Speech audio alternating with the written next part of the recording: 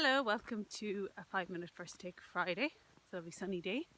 So I started a new training class there on Monday night, and I said to them at the end of the class to bring in their toys next week.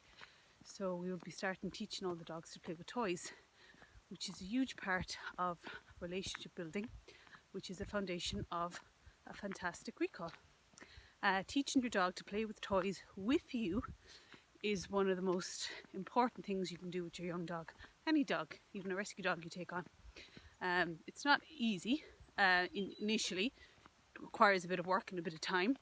But with the smallest of efforts, you can teach your dog to play with you. And if you can bring that out on your walks into different locations, beaches, parks, and teach your dog to have fun with you on a walk, it keeps your dog out of an awful lot of trouble. The working breeds, the ones that want to herd, the ones that want to hunt, the ones that want a job to do, are going to get themselves in an awful lot of trouble on an off-lead walk unless they have something to do, and that has to be something you can control. Otherwise, they're going to find their own toys, which may include cyclists, squirrels, rabbits, people, joggers. The list is aimless, and that's not something you can control. It only takes one bad experience with a jogger or a cyclist for your dog, at best, to be restricted to a lead potentially for the rest of his life on his walks, and at worst for a complaint to go in and for your dog to get into trouble with the law. It is mostly friendly out of control dogs that get into trouble with the Control of Dogs Act. It's not usually actually aggressive dogs. It's the friendly ones that are troublesome, unfortunately, because they're the ones running up to people, knocking them over, maybe trying to play with their dogs, which is another huge problem pet owners have. Their dogs think on the walk that the best thing possible is to find other dogs to play with, which is fine if you have somebody you know with other dogs and they're happy for that to happen and you can still get control and not have them pestering other dogs. It's absolutely fine. But in a lot of cases, they're running up to strange dogs who potentially don't want to play with other dogs. So anyway, I'm digressing a little bit. The main games you play with your dog are retrieve, which is teaching them to bring back a ball or an article, and tuggy, which is teaching them to do tuggy tug, which is, you know, fighting over anything, usually a soft rope toy. Both of them have fantastic uses. I'll do a little practical video. Actually, I think there is a practical video there of doing this with my young dog Cassie when she was a baby.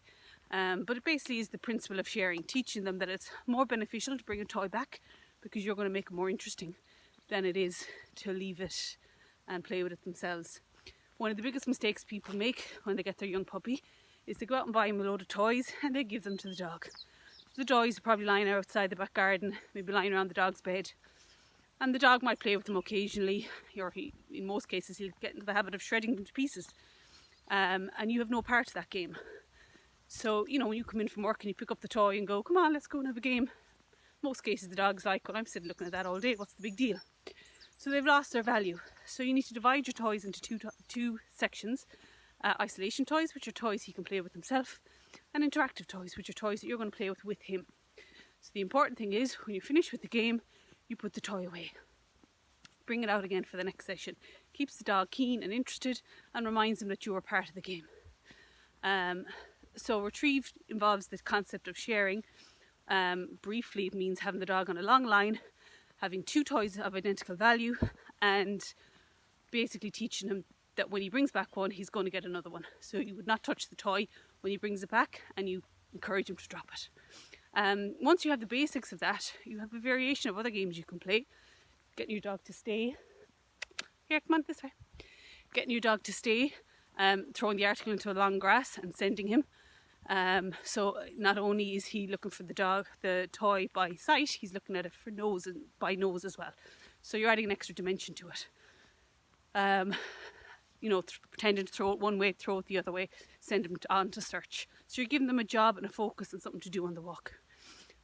So often, I'm going to have to do this fast. I was going to give a couple of examples there of dogs I saw recently, but basically the moral of the story is teach your dog to play with you, to have fun with you, and do it in as many locations as you can. And at the end of the day, it's going to be much easier to teach your recall when your dog thinks you're a lot of fun. Okay, and of course it will satisfy a lot of those natural instincts. Bye!